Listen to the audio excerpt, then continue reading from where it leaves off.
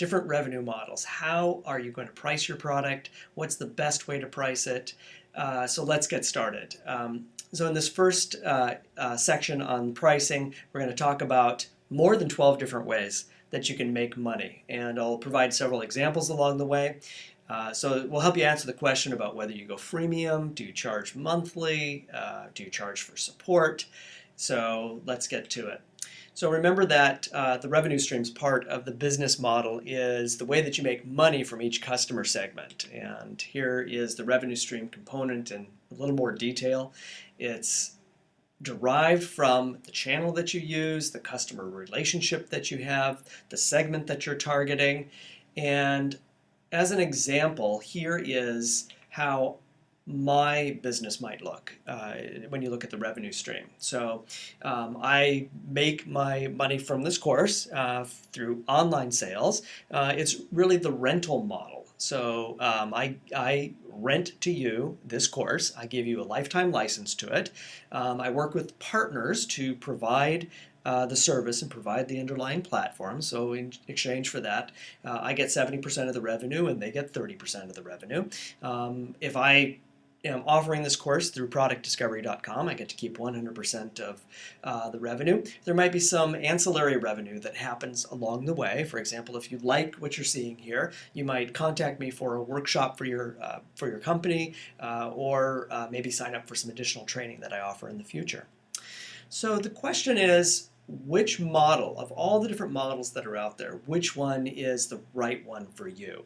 And there are a lot of different ways of thinking about revenue, and I have a couple of philosophies around that. And one of them is that it's better to make money earlier in the process. A lot of the business models that are out there are the freemium models, where in order to make money, the company needs to arrive at some scale. So they need to have thousands or even millions of users in order to convert those users to something that makes them money, for example, an advertising model.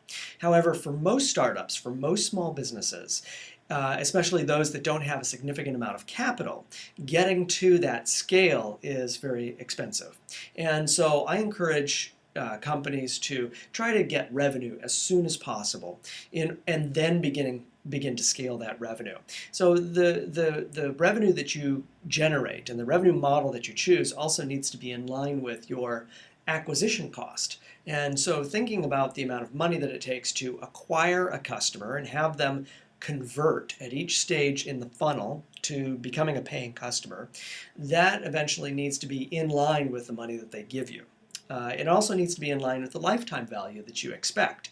So, for example, if you expect a customer to be with you for 2 years, you need to make sure that the acquisition cost that you pay to get that customer is made up in the 2 years that they're paying you for the service or for the product. So another philosophy that I have is not to reinvent the wheel. It's possible to take a look at successful businesses, successful revenue models, and deconstruct the model to understand how it works. And then you can take that model and apply it to your own niche or your own vertical market or your own product. So you might take a look at a business model that works very well in a certain industry, and then apply it to your industry, and you may be unique in that world. And so I encourage you to do that as well. So don't try to create anything too complicated or too unique. So the first model I'm going to talk about is subscription fees. Now, this is probably the most common model that's out there in the software as a service world. And this is revenue generated by selling a continuous service. So this model can be used by a lot of different businesses. So whether you sell software or information, or even some goods. For example, there are some new sites out there that sell monthly subscriptions to kids' clothing or shoes, such as Shoe Dazzle. This is a model that works even for physical goods. One of the best examples out there is Netflix. So in this model, it's all a subscription. There's nothing free that they offer except perhaps a free trial of the subscription. But after that, it is a monthly subscription to get access to their service. Now, you might argue that their business model was flawed because when they moved to split to Quickster and Netflix, that was a bad business model move. But in essence, the subscription model that Netflix has is a very successful model that's been used by tens of thousands of different companies out there, and now including product companies. So the next model is the freemium model, and this is also a very common model that can be merged with a subscription model. And so one caution I have about the freemium model is that this requires scale. So in order to have a certain number of your users using the product for free and then converting to a paid model, you need to have a significant scale because, of course, only a certain percentage of those users will convert. So a lot of sites are using this model with great success. Dropbox is a fantastic example that they're now earning, I think, around $500 million a year as of the time of this course. And the bulk of their users are not paying for the service. So the bulk of their users are getting the service for free, and Dropbox is converting a certain percentage of those to a paid model. So another example of a great freemium model is LinkedIn. Their core offering for most of us is free, so you get a lot of value by contributing to the product. Now, of course, their product relies on free users because there's a network effect. And the network effect is that the more people that participate in the product, the more value it has for everyone. But if you convert to the paid model of this, the subscription model, you get extra features. So you're adding in features and value for people that want to upgrade from the basic account. Another great example of the freemium model is Spotify. So they actually have a kind of a mixed model. I'm going to be talking about advertising next, but they have a freemium business model plus advertising. So to use Spotify, you can use it for free. You can download it and listen to it for free. And in exchange, there are ads that you have to listen to. They're both audio ads and display ads. And the listening time is limited, and you can't do certain things like use it on your mobile device. Now, if you upgrade, and only a certain small percentage of users upgrade in Spotify, if you upgrade to their unlimited or premium models, you pay extra, and you pay monthly for that, but then you get extras such as unlimited listening time, no ads, the ability to use mobile devices. So this is now a very common business model. Pandora uses the same business model, and can be done very effectively. But again, Pandora, Spotify, LinkedIn, and these other services that use the freemium model, they all have massive scale, and they have spent millions of dollars in customer acquisition. So that's something to really keep in mind, that the freemium model, while it may sound appealing, in order to get the scale that you need, it takes a significant amount of revenue. The third model is advertising revenue. So this is revenue that you generate from charging fees for product advertising. Pandora is a good example of that, and I've already mentioned Pandora. I think the quintessential example of that is Facebook. And Facebook, the advertisements are a key source of revenue. As of the time of this course, ads are now 85% of the revenue that they make.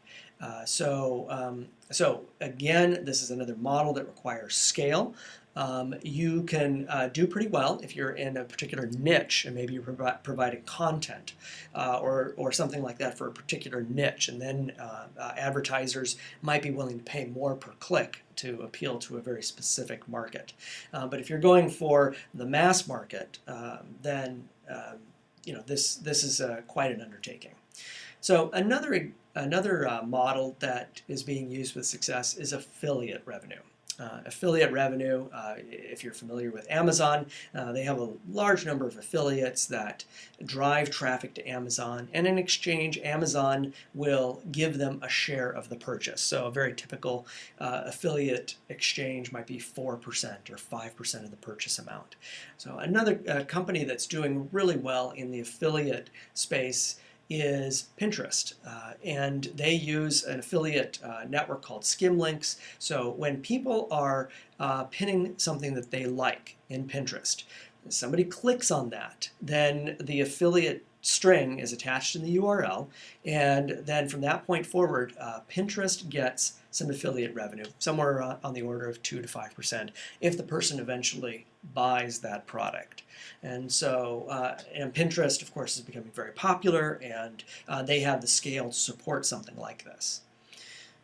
Now, probably the most common revenue model that has been there since time began is the asset sale. So selling the rights to a good. Now, it could be usually a physical good. So, for example, if you're running an e-commerce site, the revenue model is that you sell something and you basically give the rights to that thing and to the person that buys it. So I'm not going to go into a whole lot of detail on product sales, but know that you can sell products. You can use this business model through Amazon, auction sites, other channels, and it can be the primary part of your business, or it can be a supplemental part of your business. And that's a point that I do want to make here, is that these business models can be combined and they can be recombined, so that your business could use multiple different models in order to generate revenue. Another model that's becoming very popular is the broker model. So this is essentially brokerage fees that you get for being an intermediary between different parties. So the typical example is a realtor selling a house. So they are the intermediary between the buyer and the seller, and for that they collect a fee. Now, there are some fantastic examples in the software world and in the online world of the broker model working well. Groupon is the broker model, and that's a great example because they broker the relationship between the advertiser or the person selling the good and the person buying the good. In exchange for that, they collect a fee.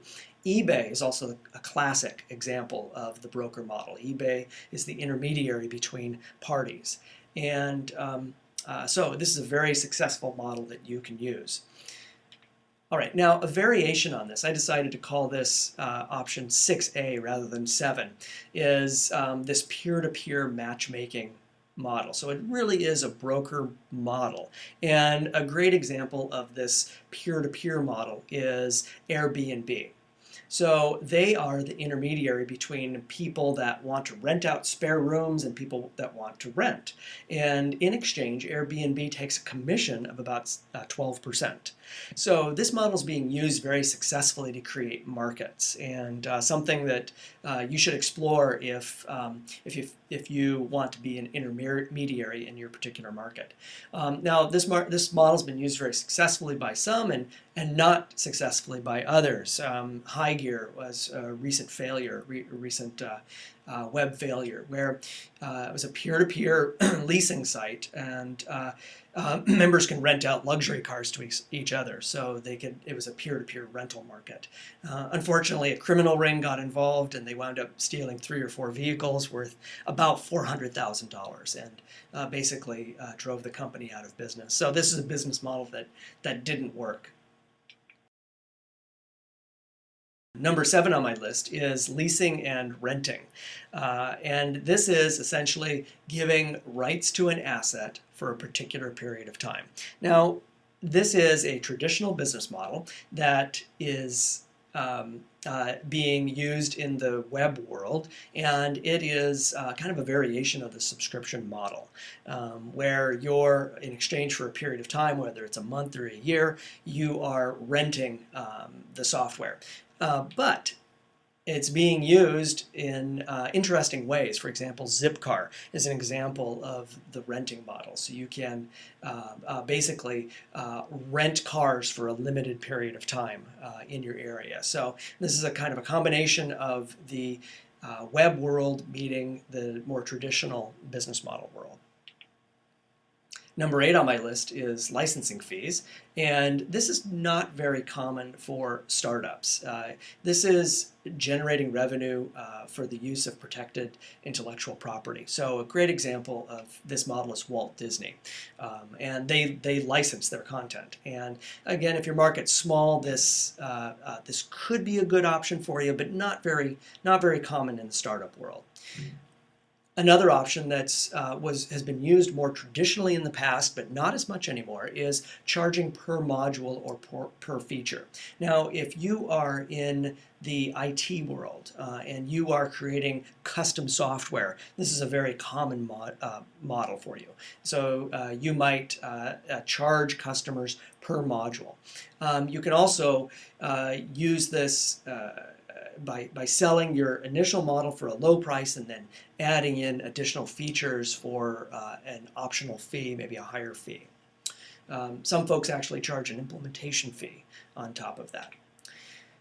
So you may have heard of this model before. The razor blade model is a classic model that's been used in the hardware industry for years. So in this model, you sell the base unit below cost. The reason this is called the razor blade model is that the handle of the razor blade is sold below cost or given away for free, and then there's a high margin sale for the ongoing supplies that you need. So the razor itself, that's why razors are so expensive, is that it's a high margin item and used to make up the cost of the base unit. So Nespresso is a recent company that took advantage of this model. The base espresso machine that Nespresso uses is manufactured and sold for at or below cost. The pods, though, that you use in the machine are a very high margin item, and those pods are essentially custom for the machine. And so in that way, you're locked into the recurring revenue of the pods. Printers also use this model. So the printer itself is sold at or below cost, and then the inker, the laser cartridges, are sold at a high margin. So this is very similar in some ways to the freemium model for software companies. So I want to make that point. This is a variation on the freemium model. All right, another model that's becoming fairly common is the open source model of selling software, and then you tack on services and support to it. So companies like Red Hat take software that was open source software and available for free and supported by the community, and then they put their own spin on it. They add value to the product by writing their own software on top of it, or they add services and support on top of it, so they become part of that ecosystem. Eucalyptus Networks is another open source company. Eucalyptus was an open source software product and for creating private clouds, and then Eucalyptus Networks then adds value on top of that software by selling services and support.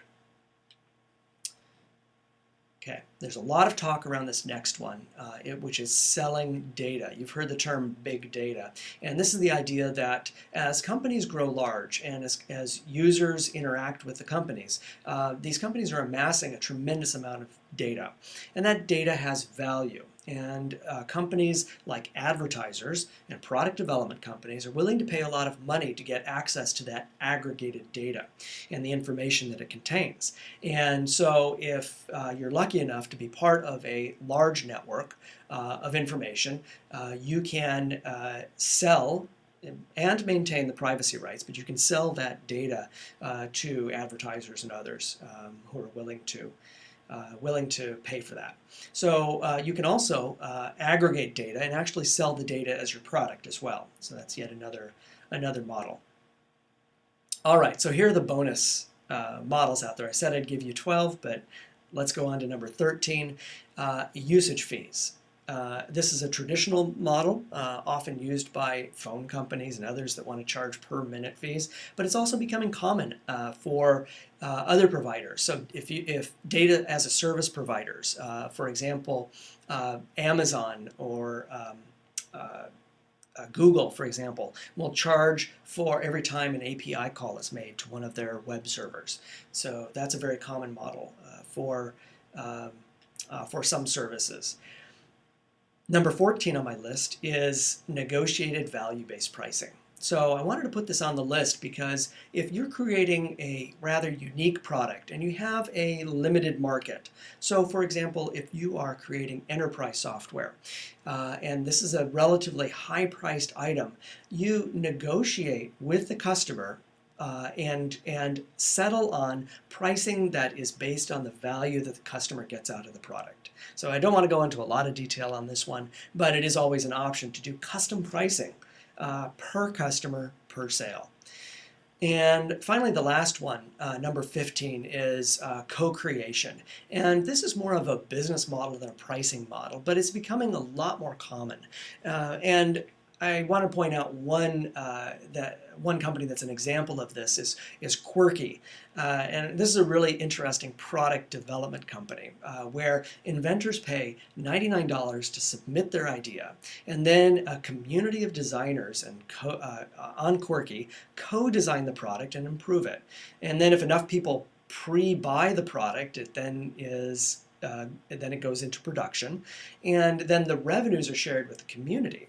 So the person who submitted their idea gets 30%, and then another 30% goes out to the network of people that helped improve the product. So it's a really interesting model, and I thought I'd throw that one in there because it's something to consider.